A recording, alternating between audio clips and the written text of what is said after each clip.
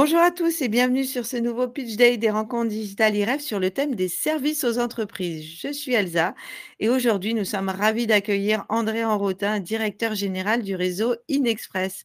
Bonjour et merci beaucoup André d'avoir accepté notre invitation. Bonjour Elsa, c'est moi qui vous remercie. Écoutez, c'est un plaisir. Alors André, avant de démarrer notre interview, est-ce que vous pourriez nous dire rapidement ce que c'est Inexpress et quels services vous proposez? Alors, Inexpress est un réseau de franchises présent dans 14 pays, dont est bien évidemment la France, et nous sommes revendeurs de services logistiques aux petites et moyennes entreprises. Nous existons depuis 26 ans et nous couvrons absolument tous les segments du marché, que ce soit l'envoi de documents jusqu'aux containers maritimes complets. OK, génial. Bon, bah, super André. Donc maintenant, on va un petit peu, rentrer dans le vif du sujet. On va détailler tout ça et puis, donc parce que nous, on veut tout savoir sur Inexpress et pour commencer, on aimerait bien savoir comment l'aventure a démarré, comment est-ce que vous avez, comment ça l'entreprise a été créée, quelle est son histoire et quel est votre concept? Alors, l'entreprise a démarré en 1987 suite à une analyse, une étude, un constat qui a mis en lumière le fait que les transporteurs, avec la force de vente dont ils disposent, ne couvrent pas tous les segments du marché. De là, deux personnes ont eu l'idée de créer une société sous forme de réseau de franchise, enfin, qui le deviendra quelques années plus tard, et de pouvoir proposer aux transporteurs d'étendre leur force de vente par l'intermédiaire d'un réseau qui se consacrerait aux TPE-PME, un segment du marché qui était absolument ignoré de la part des entreprises comme DHL, qui est notre partenaire historique, DHL, UPS, FedEx, TNT. Donc, ils avaient des segmentations de marché qui visaient vraiment les grandes entreprises et les grosses moyennes entreprises. Les TPE, les micro-entreprises, les entrepreneurs n'étaient absolument pas visités et donc ne OK. pouvaient pas bénéficier de tous les services de ces transporteurs. Et donc, l'idée a germé. Ça s'est mis en application et on a commencé en 1987 sous licence DHL au Royaume-Uni. OK. Et ensuite, alors comment ça s'est développé en franchise? Alors, après le Royaume-Uni, on a exploré évidemment le premier potentiel logistique au monde à l'époque, qui était les États-Unis. Il y a d'autres personnes qui ont rejoint l'aventure Inexpress aux États-Unis et ils ont créé une base là-bas. Ils se sont très vite rendus compte que se structurer en tant qu'indépendant, à moins de faire une association, c'était extrêmement compliqué d'étendre le réseau. De là a germé l'idée de créer un réseau de franchises, de devenir franchiseur et de pouvoir étendre leurs opérations d'une manière beaucoup plus saine et beaucoup plus rapide. Et c'est comme ça que le réseau a très très vite grandi et en Angleterre et aux États-Unis. Par la suite, évidemment, ça a été une ouverture en Australie et puis l'Inde, la Chine, donc tous les pays qui ont un potentiel de développement assez conséquent et dont les forces de vente ne couvrent pas nécessairement tous les segments. On revient quand même à Tout à l'origine fait. et au corps de métier d'Inexpress. OK, puis après c'est arrivé en Europe Alors, ou parallèlement oui, peut-être? enfin, la Enfin, Grande-Bretagne, c'est non, oui, l'Europe, mais entre guillemets, c'est l'Europe, oui, non, mais je parle de l'Europe, l'Europe continentale. voilà, exactement. Oui, alors oui, parce que nos confrères britanniques, évidemment, ils aiment venir, partir, revenir, repartir. Donc, l'Union européenne en est la meilleure preuve. Mais bon, géographiquement parlant, pardon, le Royaume-Uni, ça fait partie de l'Europe, c'est Oui, oui, le non, c'est sûr. Non, continent mais je parlais de européen. l'Union européenne, ouais. Après ça, il y a eu une ouverture aux Pays-Bas, et puis la France et l'Allemagne. Donc, Europe continentale présente sur 3 pays. Et bien entendu le Royaume-Uni. Avec ces 4 pays, excepté le Hollande, je dirais qu'on a quand même dans notre segment, qui est ce qu'on appelle le CEP, Courier Express Parcel, qui est un segment du marché qui regroupe le colis, toutes les expéditions domestiques, import-export. On est quand même présent dans les 3 premières économies européennes, que sont l'Allemagne, bien évidemment, le Royaume-Uni et la France. Tout Les à fait. Pays-Bas sont un petit peu en retrait, mais ont un potentiel de développement extrêmement important du fait d'un atout majeur qui est le premier port européen, la place de Rotterdam. Donc, je dirais, toutes les transactions mondiales par voie maritime passent principalement, quand elles rentrent ou qu'elles sortent d'Europe, par le port de Rotterdam. C'est pour ça que nos confrères hollandais se développent extrêmement bien grâce à cette activité portuaire. Ok, ok André. Et du coup, aujourd'hui, pour la France, il y a combien de franchisés InExpress? On est à 15 franchisés, ce qui veut dire qu'il y a encore pas mal de places disponibles, ce que je qualifierais, moi, pour être plus direct, de trous dans la raquette. La France est un grand pays. Nous ne sommes pas présents partout, nous sommes dans des places importantes, mais il y a encore plein de villes importantes comme Lyon, Marseille, Toulouse et autres, où nous n'avons toujours pas de représentation ni de franchisés. Je dirais qu'en général, les demandes se concentrent un petit peu sur la Côte d'Azur. Ouais. Je dirais que le candidat typique que nous avons aujourd'hui, c'est le cadre, 40, 45 ans, qui veut se repositionner, refaire sa carrière, se réorienter, qui veut devenir indépendant, qui est en région parisienne et qui veut immigrer avec toute sa famille vers la Côte d'Azur pour avoir un temps plus clément. La Côte d'Azur, nous avons déjà 2 franchisés là-bas pour les Alpes-Maritimes et le Var. Et puis, de toute façon, c'est le genre de mouvement que je déconseille fortement parce que pour nous, les candidats doivent être dans une région qu'ils connaissent, où ils ont Ouais. leur famille, leur réseau social, leur réseau professionnel, leurs habitudes. Vous savez que la France, il y a quand même beaucoup de spécificités par région et je vois mal un Corse faire du business en Bretagne ou un Breton faire du business à Marseille. Je crois que chaque personne est bourrée de qualités et de compétences dans sa région qu'elle connaît, qu'elle maîtrise. Et donc, nous prenons toujours des candidats et des franchisés qui sont du cru. Et oui, parce qu'en fait, il faut bien comprendre que enfin, le redire que c'est un service aux entreprises que vous proposez pour les entreprises, donc plutôt les PME et TPE, si j'ai bien compris. On est d'accord, André? Tout à fait. Et que forcément, pour avoir, si vous souhaitez développer votre activité dans votre ville, c'est toujours mieux d'avoir un réseau, de bien être implanté dans le tissu économique local, Oui. parce que vous irez beaucoup plus vite dans vos développements, en fait. Beaucoup plus vite dans le développement, et puis un franchisé connaît exactement, c'est exactement où se situent les entrepôts. Qui n'a pas déjà vu en circulant en voiture un entrepôt DHL ou TNT ou FedEx? En général, on est tous les uns à côté des autres, on est dans les mêmes zones industrielles ou commerciales. Et donc, quand vous habitez une région, vous connaissez votre région, vous la maîtrisez, vous connaissez son tissu, les acteurs économiques, la densité, la granularité de votre région, ce qui est un atout majeur pour un franchisé qui avant tout est un commercial de terrain et qui pourra très très rapidement offrir ses services à des entreprises parce qu'il les identifie beaucoup plus rapidement que quelqu'un qui ne connaît pas sa région. Et bien entendu, il a quand même aussi le fait que notre business, bien que tout est digitalisé à notre ère, ça reste avant tout une question de relations humaines entre une personne qui propose les services et une autre personne, en général le patron de la TPE ou de la PME, qui va les acheter. Bien sûr. Donc, même s'il y a une signature, il y a une ouverture de compte, il y a malgré tout la poignée de main qui fait que, OK, on scelle un partenariat et on décide de travailler ensemble. Et donc, il y a cet aspect humain qui, dans notre métier, reste malgré tout très important. Et c'est pour ça qu'il faut quelqu'un du terroir et il ne faut pas, entre guillemets, un étranger qui viendrait d'une autre région de France. OK. Et ça va être quoi le quotidien d'un franchisé InExpress? Ça va être quoi son métier, en fait, plus concrètement? Qu'est-ce qu'il va Alors, faire? le premier métier du franchisé, évidemment, c'est comme les vendeurs des transporteurs, ceux qui sont en direct, c'est d'être sur le terrain, au contact des clients, de faire du démarchage, de la prospection.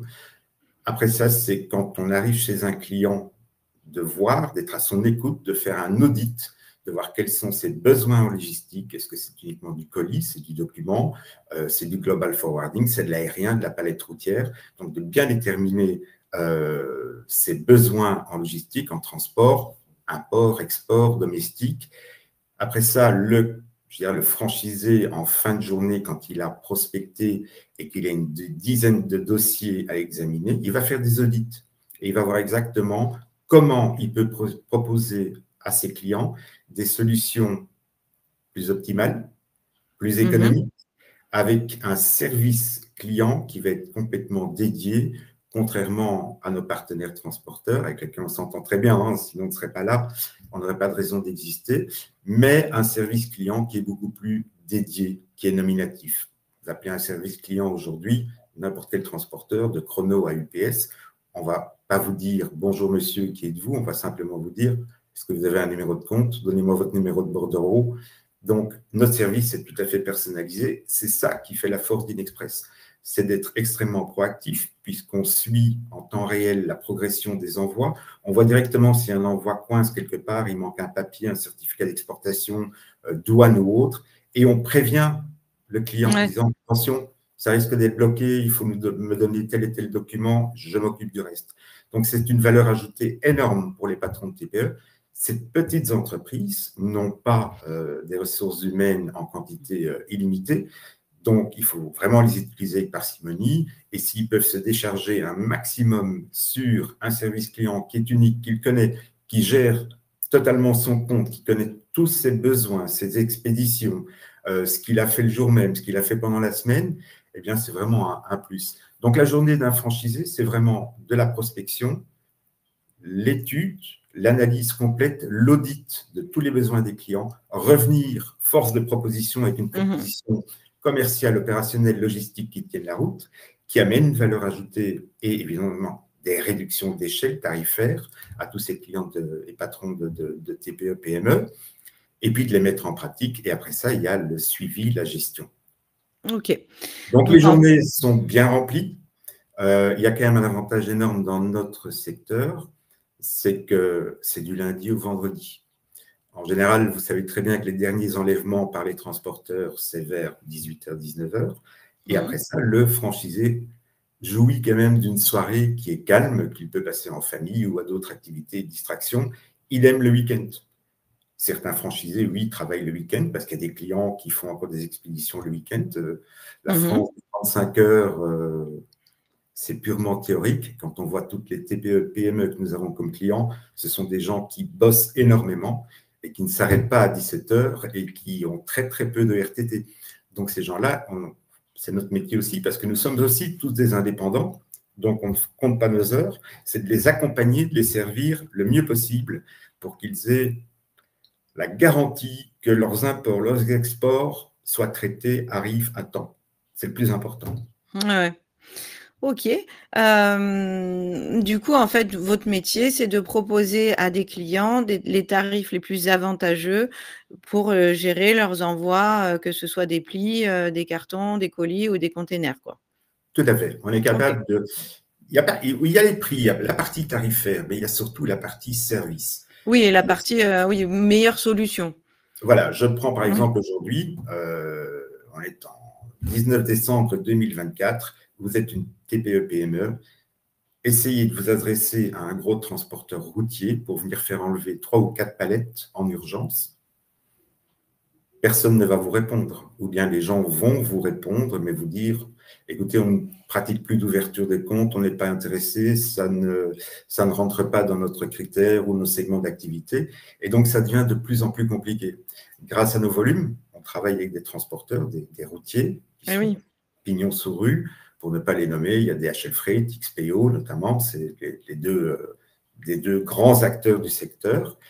Et du fait que tout le réseau commande tous les jours des dizaines de palettes ou de transport ou d'expédition chez eux, que ce soit en affrètement également, eh bien, ça nous permet de toujours pouvoir garantir à nos clients d'avoir un enlèvement et une livraison de sa palette. Ah oui. Oui, oui, carrément. Donc, on amène quand même un plus phénoménal. Surtout, je parle du fret, parce que pour le moment, c'est un secteur qui connaît énormément de changements. Il y a de moins en moins de chauffeurs, il y a une contraction. Donc, ça devient très, très difficile pour une TPE-PME de pouvoir avoir ces palettes qui bougent. Si on s'appelle à un Carrefour ou au Auchan, c'est complètement différent. Oui, on n'en Et quand parle on est pas. la TPE du coin, c'est très compliqué. Ouais. Ok, André. Et du coup, pour exercer ce métier, quel type de profil vous recherchez? Bon, vous l'avez un petit peu dit, vraiment, c'est un profil commercial, enfin, j'imagine, avec une forte appétence commerciale et qui connaît Oui. bien son tissu économique local. Est-ce qu'il y a d'autres critères ou d'autres qualités qui vont aider le franchisé à bien à réussir son activité comme il le souhaite? Je pense que, comme vous avez dit, la première qualité, évidemment, c'est avoir l'appétence commerciale, l'appétence du terrain, aimer aller à la rencontre des gens, avoir un esprit analytique, être capable de les écouter. Non pas parler, on ne vend pas un produit, on les écoute d'abord. C'est les clients qui ont des problèmes et qui aiment bien en parler parce qu'on est là pour leur amener des solutions. Eh Donc, il oui. faut une capacité d'écoute, l'envie du terrain. Bien entendu, il faut quand même être au fait de l'actualité en ce qui concerne la digitalisation, les outils, l'informatique. On ne demande pas des ingénieurs en informatique, mais un minimum est de savoir quand même traiter un fichier Excel, de pouvoir mettre des formules correspondantes derrière pour faire du calcul, de l'analyse, puisque en fait, chaque franchisé, bien qu'on dispose d'outils en interne, est amené à faire un audit Oui, du oui. prospect qu'il a rencontré. Donc, il faut avoir un esprit analytique, il faut être commercial. Je dirais qu'il y a l'âge n'est pas un problème. On a de tout. On a notre plus jeune franchisé qui a 24 ans et le plus âgé qui en a 54. Donc, franchement, l'âge n'est pas un problème.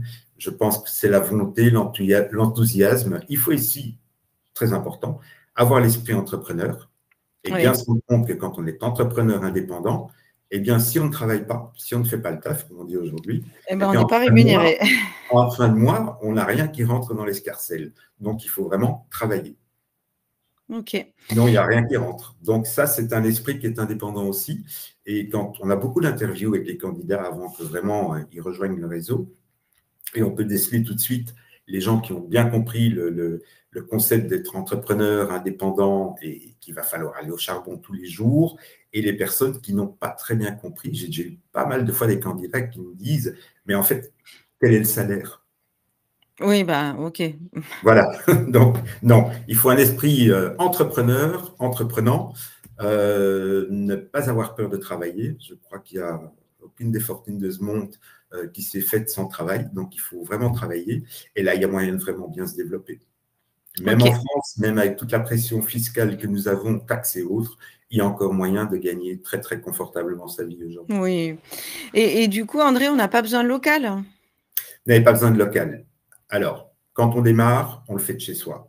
L'investissement est minime, c'est-à-dire qu'il n'y a pas d'actifs immobilisés, on n'a pas besoin d'un local, on n'a pas besoin d'avoir un local commercial ou des bureaux ou autre. Non, ce qu'on a besoin au départ, c'est un ordinateur, un téléphone Une et un voiture? moyen de déplacement. Et encore, moyen Ah de oui, et un déplacement, moyen de oui, un moyen de transport, ouais, tout à ça fait. dépend. Ça dépend. Si vous êtes franchisé dans Paris, intramuros, Oui, il y a pas besoin. il n'y a pas besoin. Vous allez aller beaucoup plus vite avec les métros qu'aller en voiture ou en scooter ou en mobilette. Donc, non. Le moyen de déplacement, ça dépend encore une fois de la zone dans laquelle vous êtes. OK. Ça, c'est de départ, il ne faut pas plus. Par contre, on voit très vite qu'avec le temps, les franchisés qui se développent ont tendance à sortir de chez eux. Pourquoi? Parce que ça fait du bien tous les matins de sortir de chez soi et Ouais. d'aller à son bureau. C'est extrêmement motivant, mais au début, c'est extrêmement économique et donc on privilégie cet aspect-là. Et ces franchisés-là, ben, ils se louent des bureaux. Et alors, la grande tendance du moment, c'est de se louer des bureaux dans des espaces de coworking. Pourquoi? Parce que même si vous êtes seul, vous avez l'impression que vous avez toute une équipe autour de vous. Oui, Donc, oui, c'est tout à fait. extrêmement motivant. Vous allez prendre le café, vous n'êtes pas tout seul. Vous avez d'autres personnes qui sont là, d'autres entreprises. Et donc, ils privilégient tout ça. Et on le voit il y en a qui ont commencé directement dans un espace coworking. Et il y en a d'autres qui, après quelques mois, pour années pour certains, tout d'un coup, ont le déclic de se dire non, je me prends des bureaux dans un espace coworking et alors aussi, ils engagent. Il ne faut pas Voilà, croire. c'était ma question d'après, justement. Alors, quand ils se développent, une fois qu'ils sont bien assis, qu'ils ont beaucoup Alors, de clients, ils peuvent se développer aussi? alors, quand ils se développent, ça arrête. C'est normal. Il y a certains plafonds, ce qu'on appelle les plafonds de verre, de la marge. Et à partir de du moment où la marge devient confortable, euh, la grande tendance pour le moment, c'est d'engager des alternants. Pourquoi? Parce qu'il y a les aides de l'État et tout compte fait, un alternant ne vous coûte pas trop cher. Mmh. Ces alternants, quand ils sont très très bons, deviennent très efficaces, un très très bon complément pour le franchisé. Et en général, ce qui se passe, c'est que l'alternant, bien, ça peut déboucher sur un CDI si l'alternant, le candidat, est toujours intéressé à rester ou à progresser avec le franchisé. Mais c'est la tendance. Après quelques mois, les gens engagent. Mais pour ne pas avoir des charges sociales, vous savez qu'elles sont très légères dans notre pays, Oui, oui, les oui. charges sociales, un employé ne coûte absolument rien. Donc, on commence avec l'alternant et puis on va vers le CDI. Pourquoi? Parce que l'alternant va faire en sorte que si on engage un commercial ou un administratif, ça dépend. Un commercial, eh bien, on va doubler sa capacité de vente et de présence sur le terrain. Un administratif va permettre de faire tout le back-office, donc tout ce qui est service après-vente, facturation, gestion, administration. Et vous, et le franchisé, continue d'être sur le terrain. Mais il faut ne pas hésiter à engager. C'est comme ça qu'on grandit. Eh oui. OK. En termes d'accompagnement, qu'est-ce que vous proposez, André, chez Inexpress pour les Alors d'abord, franchisés? il y a des solides formations Mmh. qui se déroulent en 3 phases. Il y a une formation système, donc notre plateforme d'expédition, le front-end, le back-end, comment créer les matrices tarifaires, enfin, tout ce qui concerne la gestion quotidienne d'expédition des clients. Après ça, il y a une formation sur la logistique pure, OK. connaître tous les transporteurs, leurs forces, leurs faiblesses, tous les niveaux de service, comment les proposer aux clients, comment les positionner, que ce soit pour le colis ou pour le fret, ou dans le fret, il y a encore une autre division qui est le routier, le maritime, l'aérien. Et après ça, il y a ce qu'on appelle un bootcamp. Bootcamp qui est donné par d'anciens franchisés qui sont 2 jeunes, qui font ça extrêmement bien et qui, pendant une semaine, vont en immersion totale. Ce n'est pas la Légion étrangère, mais c'est un petit peu ça, qui vont, avec les nouveaux franchisés, vraiment au fond des choses sur le terrain. Génial. Et à partir du moment où le franchisé ressort de ces 3 périodes de formation, j'ai oublié, avant, il y a une formation préliminaire aussi qui est la Inexpress University qui se fait en ligne. C'est des OK. modules. Avant de commencer la première phase qui est vraiment physique, celle-là. Et donc, quand le candidat a fini, eh bien, il sort, il est lâché sur le terrain, mais il y a du coaching, il y a des calls extrêmement réguliers avec les nouveaux franchisés ou des calls généraux avec tout le réseau où on OK. discute de tout ce que les franchisés ont besoin, comment on peut améliorer les choses, qu'est-ce qui manque, qu'est-ce qu'il faut changer, qu'est-ce qu'il faut adapter. Donc, on est vraiment à l'écoute de tout le monde et il y a une équipe complète qui suit tout le monde. Alors, autre particularité, ce qui est très bien dans le réseau, c'est que tous les franchisés se connaissent. Il y en a certains qui sont… Oui, tout le monde se connaît. Vous allez me dire, on est petit, c'est peut-être pour ça. Non, même on grandit, mais tout le monde se connaît. Il y a une très bonne entente et il y a une très bonne aide mutuelle. Ils ont Ça, c'est créé… sympa, ouais. Voilà, Ils ils ont créé communiquent des groupes entre eux, ils WhatsApp entre eux, s'entraident. ils communiquent entre eux, ils s'entraident, ils s'aident. S'il y en a un qui coince sur une cotation, il n'est pas certain avec du fret ou autre, d'office, il va appeler ou envoyer un mail ou un WhatsApp à l'équipe et il y en a un qui va d'office répondre. Mais sinon, il y a le siège où nous sommes là pour les aider avant tout d'un point de vue opération, administratif ou commercial. On est là à leur disposition du lundi au vendredi. Donc, il y a un suivi complet, il y a une solide formation et il n'est jamais, jamais seul et isolé. OK. Il est dans un réseau, il est entouré, il y a des formations continues, C'est il y a des l'avantage. ateliers tous les ans et il y a des conventions tous les ans. OK. Et combien ça coûte, André, de rejoindre le réseau Inexpress? Alors, les droits d'entrée sont de 29 000 €. On peut OK. considérer ça comme cher ou comme pas cher.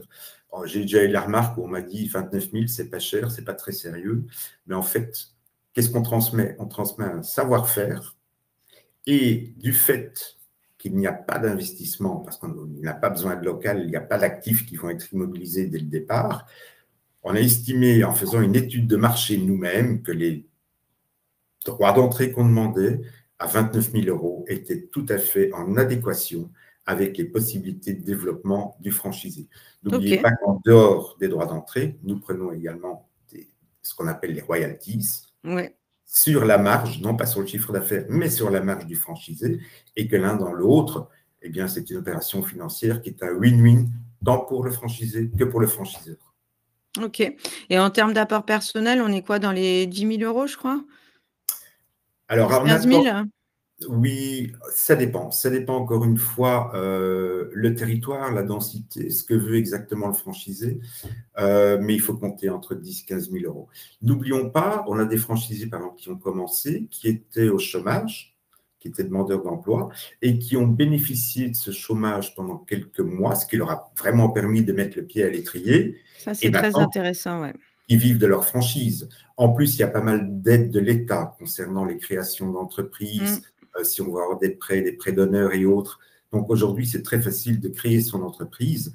Mais bien entendu, on dit aux franchisés, n'oubliez pas, pour celui qui n'est pas chômeur, mais qui est vraiment, qui veut créer, mais qui n'a aucune autre rentrée, de prévoir un fonds de roulement, d'abord pour son entreprise, mais surtout pour lui, Pour lui. parce qu'il doit vivre et assumer, je dirais, son vécu quotidien. En plus, si le candidat est marié, a des enfants, donc il ne faut pas que rejoindre une franchise commence à créer des problèmes familiaux. Il faut que ce soit mûrement réfléchi et que le candidat, soit il a de l'argent de côté, soit il a reçu un chèque de départ de l'entreprise qu'il a quittée, mais qui ait une réserve financière qui lui permette, et là je vais être très honnête avec vous, c'est comme dans n'importe quelle création de société, il faut prévoir de pouvoir tenir 1 an.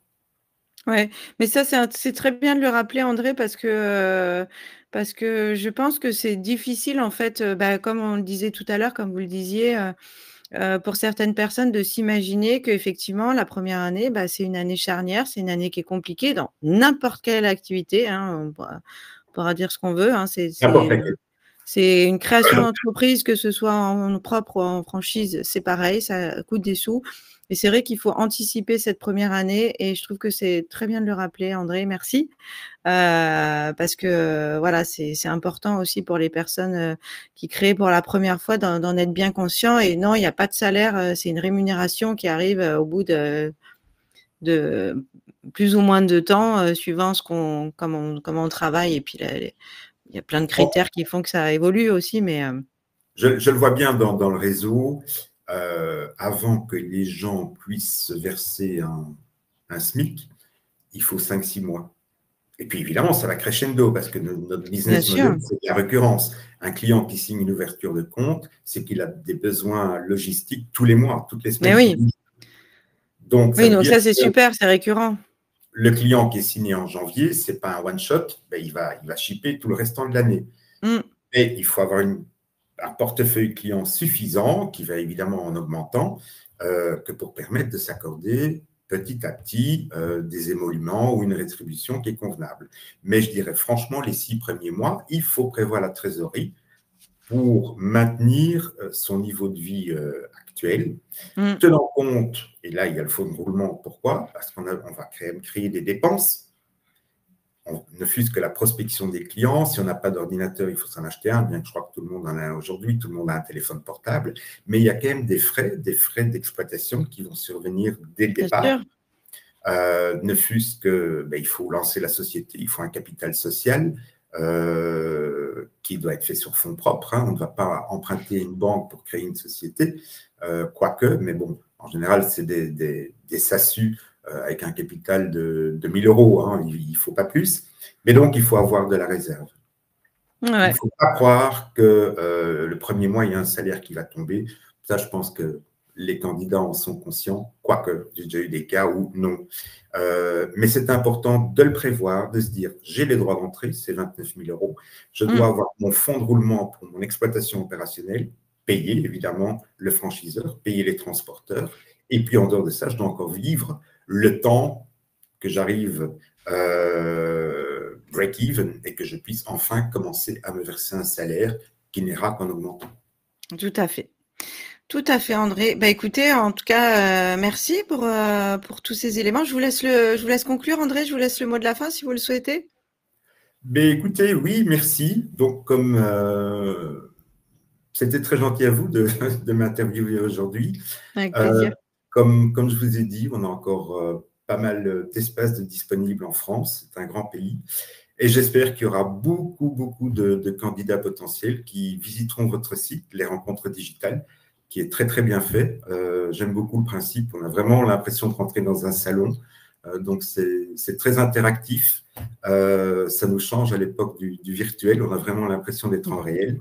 c'est très, très bien. Et puis, ben, Elsa, à très bientôt, hein. J'espère que les candidats viendront et seront satisfaits tant de notre opportunité de développement que de votre site, qui, je le répète, est vraiment très bien. Ah bah, merci André, c'est très gentil. En tout cas et merci aussi pour tous ces éléments qui ont été, j'en suis sûre, très intéressants et instructifs pour les futurs franchisés. N'hésitez pas à vous rendre sur le stand d'Inexpress pour retrouver, toutes ces informations et bien d'autres encore, ou prendre directement contact avec, André et son équipe si vous souhaitez démarrer une nouvelle aventure avec Inexpress. Merci beaucoup André.